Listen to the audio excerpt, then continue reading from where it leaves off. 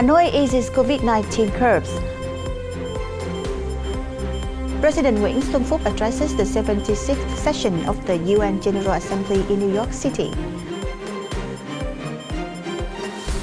Vietnam willing to share information with China for its bid to join CPTPP. Quang Ninh and Phuket discuss post-pandemic tourism recovery.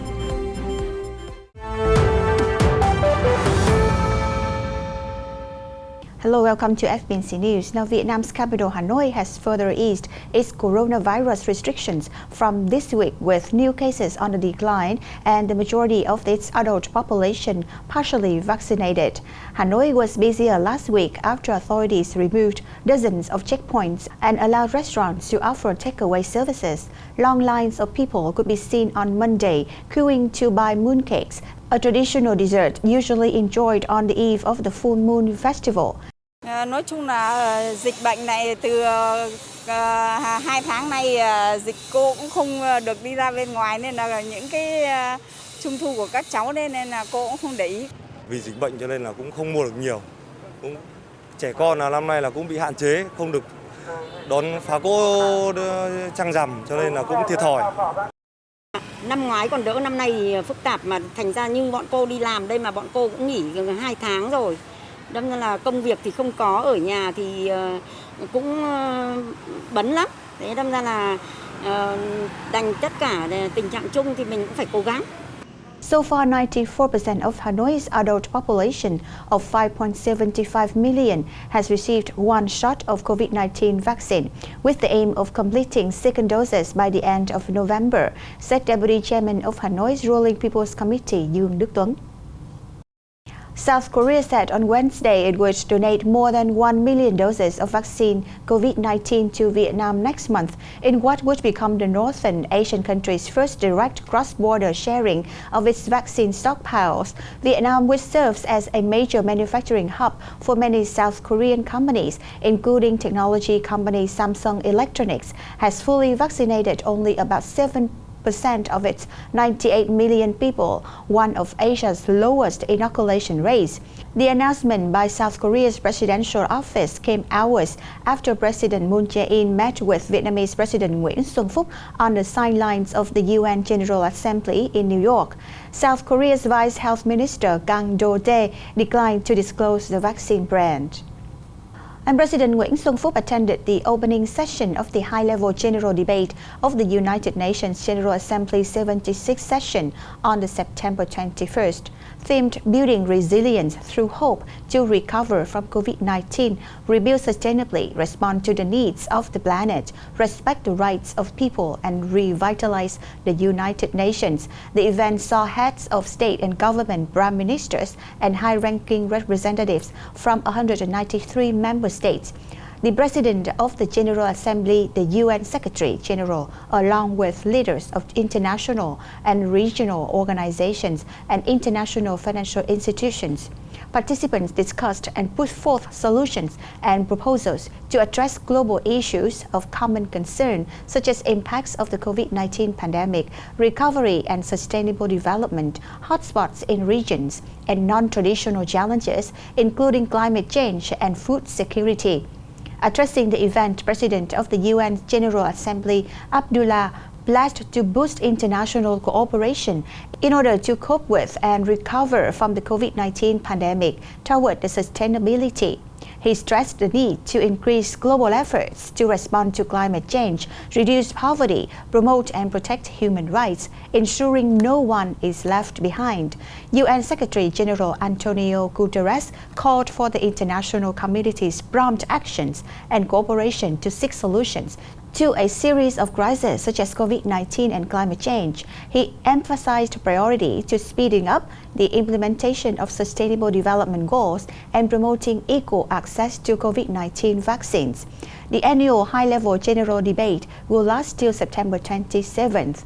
President Nguyen delivered a speech on September 22nd, in which he proposes comprehensive long-term solutions to urgent international issues, contributing to maintaining global peace and security and promoting sustainable and inclusive development in the globe. On the occasion, President Phuc also had meetings with senior leaders of countries and international organizations. And in the message sent to the United Nations Food System Summit held in New York on September 23rd, President Nguyen said Vietnam hopes to become a food innovation hub in the region. In his remarks, President Phuc noted cooperation among countries, partners and actors within the food systems must serve the interest of the people. He stressed that food security lays the groundwork for Vietnam's efforts in eradicating poverty, improving the people's living standards, promoting the transparent, responsible and sustainable development of the Vietnamese agriculture. In that spirit, the Vietnamese state leader made several proposals to ensure food security in the context of climate change and the COVID-19 pandemic. The Vietnamese president highlighted the necessity to pursue a multi-value agricultural development model encompassing socio-economic, cultural issues, landscapes and the environment.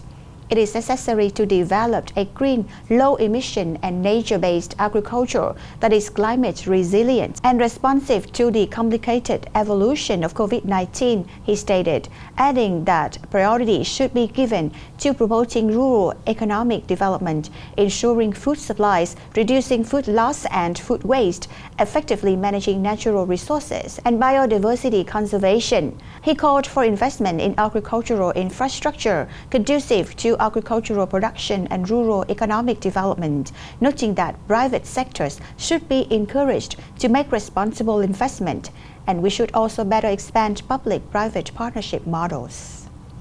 You're watching FBNC News. Now, Vietnam said on Thursday that it is willing to share its experience and information with China for the world's second-largest economy speed to join the Comprehensive and Progressive Agreement for Trans-Pacific Partnership, or CPTPP. The CPTPP is an open free trade agreement, Foreign Minister spokeswoman Lê Thị Thu Hằng said at a regular press briefing. Vietnam is a member of the CPTPP, which is a free trade agreement that also links Canada, Australia, Brunei, Chile, Japan, Malaysia, Mexico, New Zealand, Peru, and Singapore. Vietnam will consult with other CPTPP members on the recent request to join this agreement, Hằng said in her comment on a request to join the Trade Pact from Taiwan.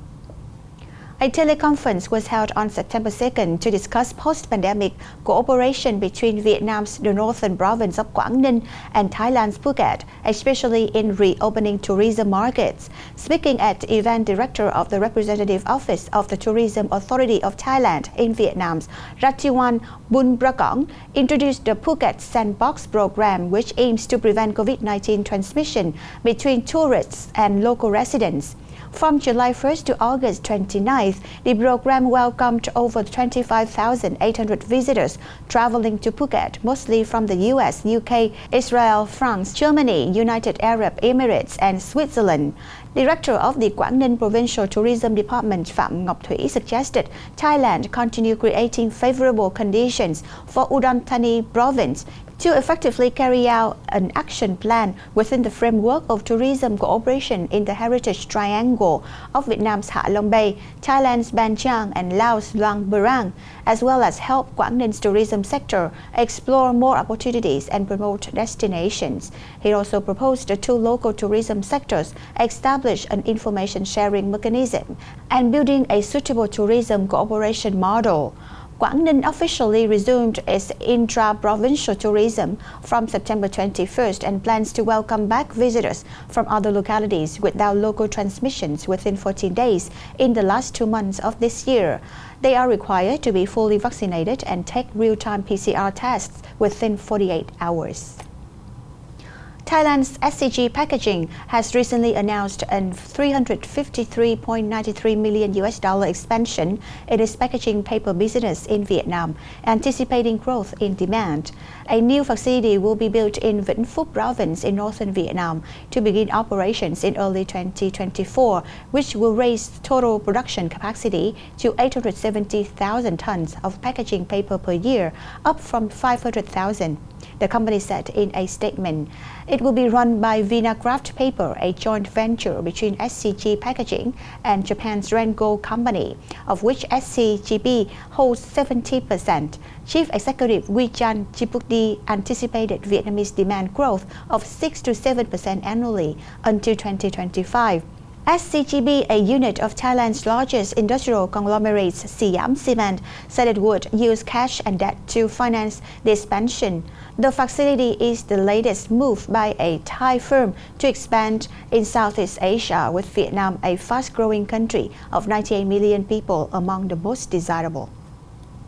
Bamboo Airways will sign a deal valued at nearly $2 billion with General Electric to purchase Gen X engines to power Boeing 7879 Dreamliner aircraft, the ally said on Tuesday. The deal was signed in the United States later on Tuesday in the presence of President Nguyen Phuc.